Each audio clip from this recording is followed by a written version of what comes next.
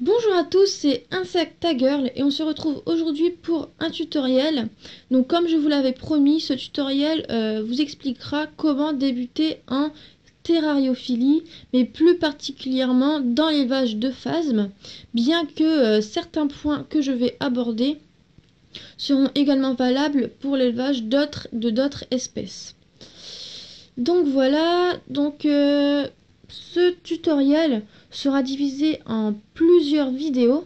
Donc je pense en 2 ou 3 vidéos. Chaque vidéo abordera un point. Donc je pense que ça sera plutôt en 2 vidéos, donc 2 points. Donc sur cette première vidéo, on va apprendre les bases de l'élevage de phasmes. Vraiment c'est les bases. On va commencer. Quand quelqu'un veut débuter dans l'élevage de phasmes, il peut se poser la question, qu'est-ce qu'un phasme?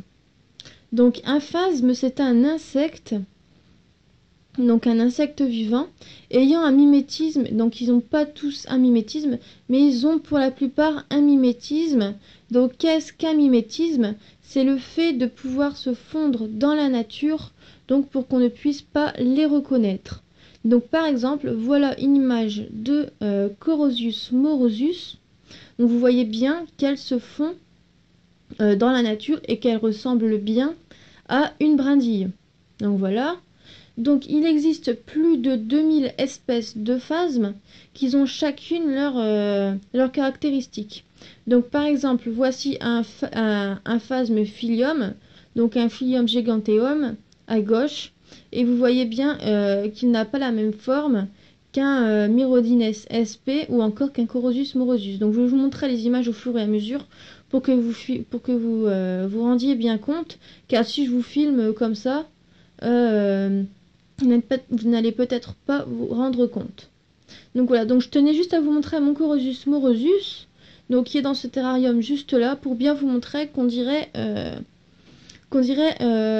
une branche. Donc voilà, je vais juste vous montrer.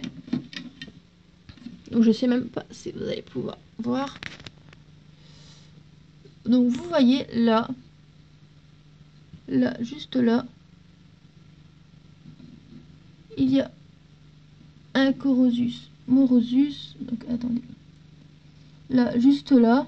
Donc c'est normal, vous ne pouvez pas trop le voir. C'est pour ça que juste à la fin de cette vidéo, je vous montrerai bien. Je vous montrerai une vidéo de mon phasme sur moi pour que vous puissiez bien vous rendre compte, parce que là, à une main, c'est pas très évident pour prendre un phasme. Donc voilà, me revoilà. Désolée, j'ai eu un petit problème. Donc là, je vais pas faire tomber le téléphone, sinon ça serait quand même un petit peu embêtant.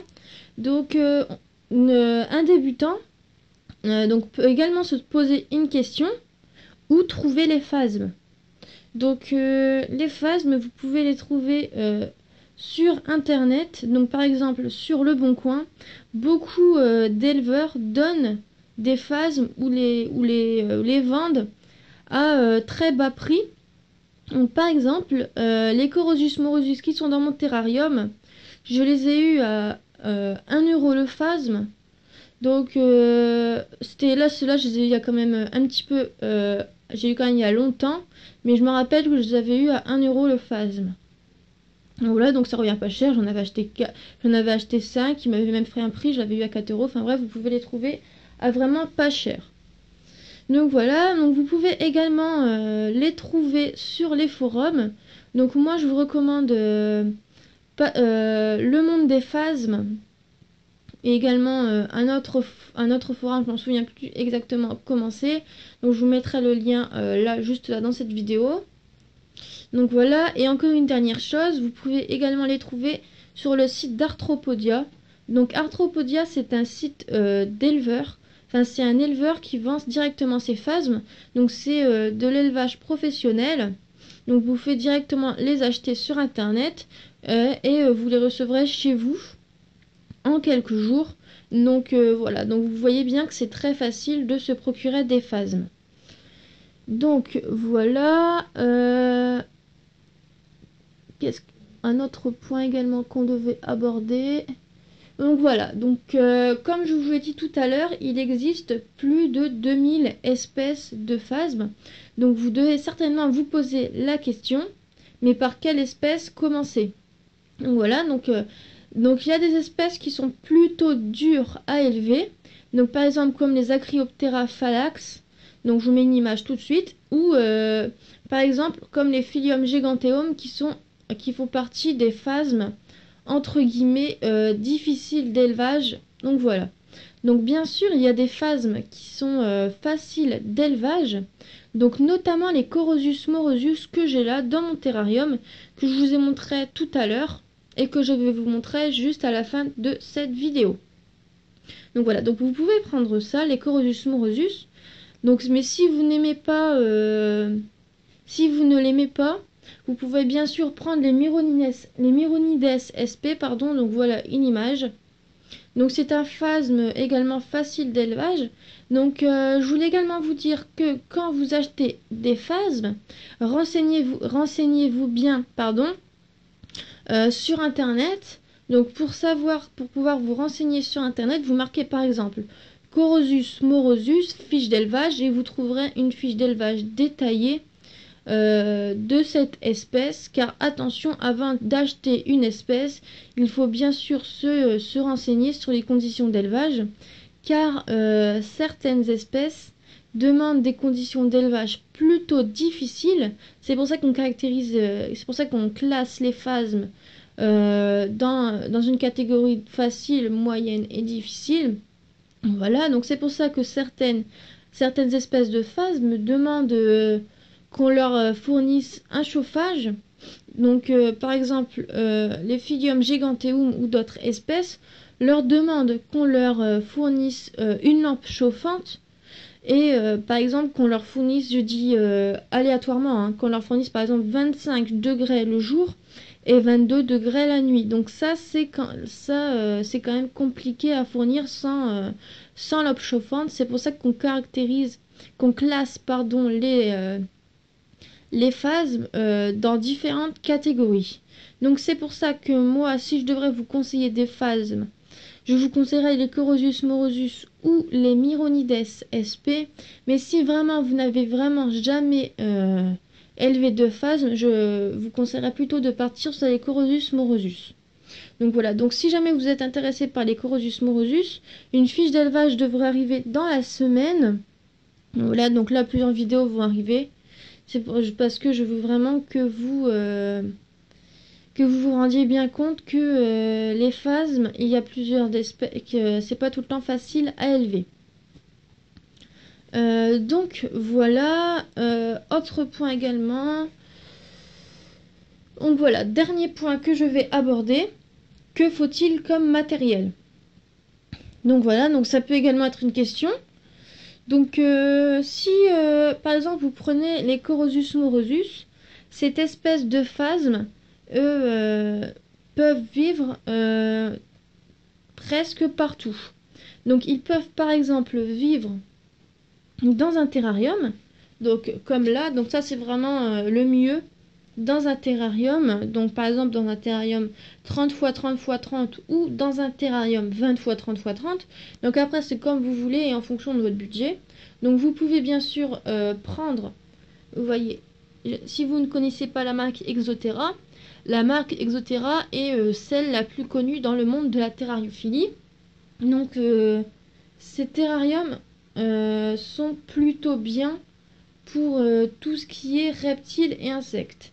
Donc voilà, donc bien sûr si vous ne souhaitez pas prendre des Exoterra parce que c'est quand même relativement cher, vous pouvez bien sûr prendre d'autres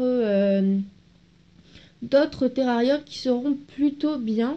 Donc bien sûr à toujours vérifier, c'est qu'il y ait de l'aération.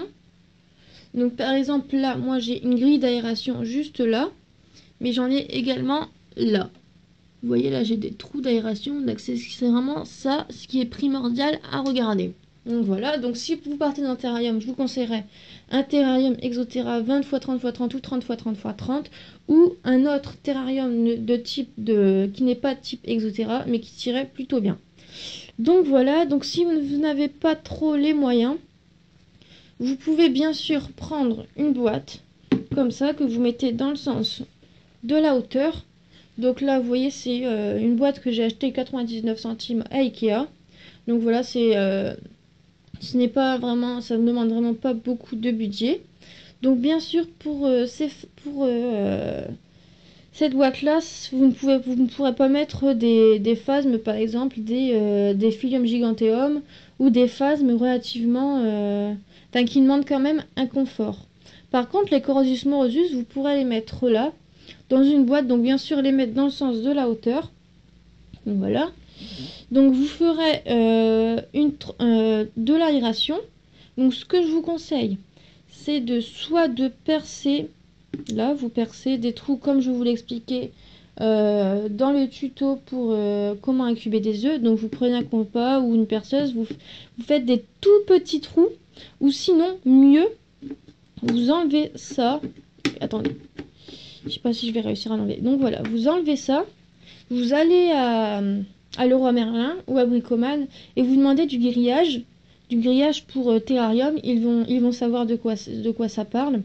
Et vous pouvez directement l'accrocher là, comme ça ils auront vraiment une plus grande aération et pourront bien sûr mieux vivre. Donc voilà, qu'est-ce que je devais dire encore? Non, je pense que c'est bon. J'ai juste encore vous parler d'un petit point. Donc ça, je ferai une autre vidéo pour vous expliquer parce que ça risque de prendre trop longtemps. Donc voilà, donc on va en rester là pour le premier tuto. Donc la deuxième partie de cette vidéo arrivera très prochainement. Donc si jamais vous avez des questions, n'hésitez pas à me les poser. Donc je vais mettre mon Skype dans la vidéo.